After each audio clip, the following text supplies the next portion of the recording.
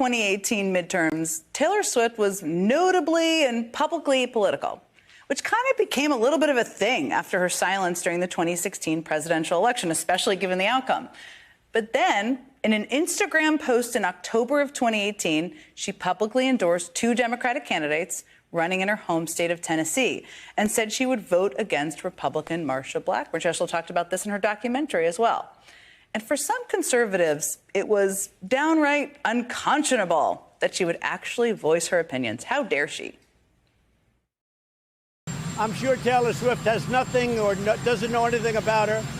And let's say that I like Taylor's music about 25% less now. There's a big difference between these political statements by Taylor Swift and Kanye. Taylor Swift was a virtue signal to try to preserve her reputation among her peers. Taylor Swift, I love your music. Personally, Kanye West, I'm a bigger fan of his. I wish you would have not done this. Stay away from politics. Well, it turned out that last one didn't age so well. But that aside, Swift has become a little bit more vocal since those midterms. I mean, she advocated for LGBTQ+ rights at the Video Music Awards in 2019. She endorsed Joe Biden for president in 2020. And in 2022, she posted some concerns about the impact of the decision to overturn Roe v. Wade, which was shared by millions of Americans. But it's not like she is some rabid Democratic activist. She is a very famous person who occasionally expresses her views, again, how dare she, and encourages people to get engaged. Last September, she encouraged her 272 million followers to register to vote. She didn't even tell them who to vote for. She just encouraged people to vote. That's a good thing, by the way, participating in the democratic process and all. And in the meantime, when all this is going on, her star has continued to rise, of course. The Eras Tour became a massive cultural phenomenon, and she became a regular cutaway shot at Kansas City Chiefs football games, watching her boyfriend, of course. And then in December, she was named Times Person of the Year for 2023. And that is when things started to get a little weird. After the Time cover came out, Trump advisor Stephen Miller tweeted, quote, "What's happening with Taylor Swift is not organic." Okay? And over in right-wing media, things moved to complete meltdown mode around this time.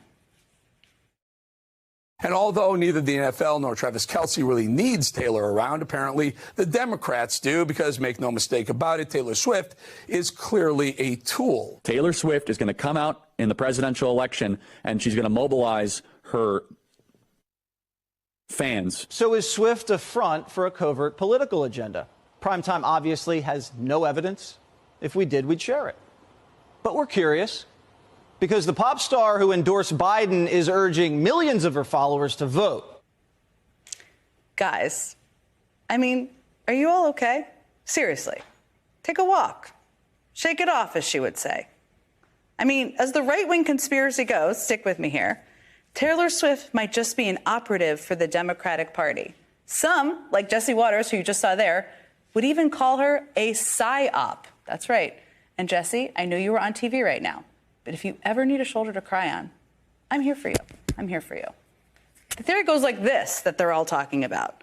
Taylor's popularity is being propped up and wielded by the powers that be in order to unleash her fans as Democratic voters and hand Joe Biden the 2024 presidential election. If it only worked that way.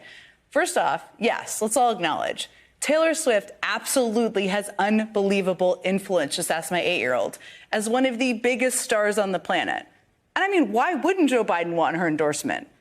But where folks on the right make it super, super weird is by painting this as some sort of intricate, deep, dark conspiracy, like, say, former presidential candidate and Trump surrogate Vivek Ramaswamy, who posted this yesterday after Kansas City punched their ticket to the Super Bowl. Quote, "I wonder who's going to win the Super Bowl next month, and I wonder if there's a major presidential endorsement coming from an artificially, culturally propped up couple this fall."